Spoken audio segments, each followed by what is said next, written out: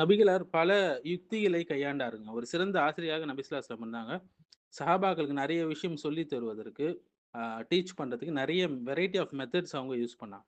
அதுல ஒரு முக்கியமான மெத்தட் தான் முன் சென்றவர்களுடைய நபிமார்கள், நல்ல மக்களுடைய வாழ்க்கை வரலாறுகளை சொல்லி, அதன் மூலியமாக சஹாபாக்களுடைய வாழ்க்கையில ஒரு தாக்கத்தை அவங்க ஏற்படுத்தினாங்க.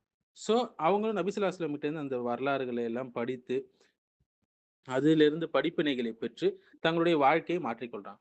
எல்லா காலத்திலேருந்து சின்ன வயசுலேருந்து பெரிய வயசு உடையவங்க எல்லாருக்குமே ரொம்ப விறுவிறுப்பான ரொம்ப ஆசைப்படக்கூடிய விஷயம் தாங்க கதைகள் கேட்பது, வரலாறுகள் கேட்பது.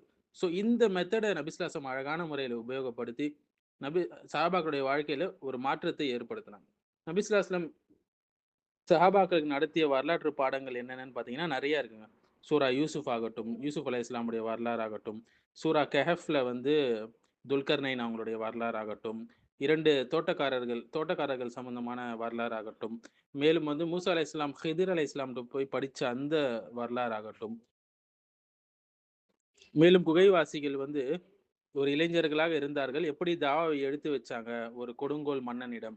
இந்த வரலாறுகள் ஆகட்டும், மூசா அலைஹிஸ்ஸலாமுடைய வரலாறு ஆகட்டும், இப்ராஹிம் அலைஹிஸ்ஸலாமுடைய வாழ்க்கை வரலாறு ஆகட்டும், மேலும் முன் சென்ற நல்ல மக்கள், அவங்களுடைய வாழ்க்கையில ஏற்பட்ட சில சம்பவங்கள ஹதீஸ்கள்ல சொல்லியிருக்கிறாங்க.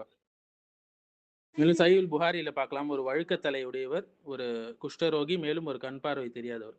இவங்களுடைய வரலாறுகளை சொல்லி, அதிலிருந்து படிப்பினைகளை உணர்த்தினாங்க. அடுத்து 99 கொலைகள் செய்த ஒரு மனிதரை பற்றியும், பனி இஸ்ரவேலர்களுடைய கதைகள், பர்சீசா அவங்களுடைய வரலாறு, இன்னும் இது போன்ற எண்ணற்ற பல விஷயங்களை சொல்லி, முன் சென்ற காலத்தில் வாழ்ந்த ஒரு சிறுவன், அவனும் அந்த நாட்டில் இருந்த ஒரு மோசமான ஒரு ராஜா, அவங்களுக்கு சம்மந்தமான வரலாறுகள். இது எல்லாத்தையுமே சொல்லி, சஹாபாக்கள் வாழ்க்கையில ஒரு மாற்றத்தை நபி ஸல்லல்லாஹு அலைஹி வஸல்லம் அவர்கள் ஏற்படுத்தினார்கள். அப்போ தாவால நம்ப கையாள வேண்டிய ஒரு முக்கியமான யுக்தி, ஒவ்வொரு ஆசிரியரும், தாயும் கையாள வேண்டிய ஒரு யுக்தி என்னன்னா, வரலாறுகளை சொல்லி, அதன் மூலம் படிப்பினைகளை விளக்கி மக்களுடைய வாழ்க்கையில ஒரு மாற்றத்தை ஏற்படுத்துவது.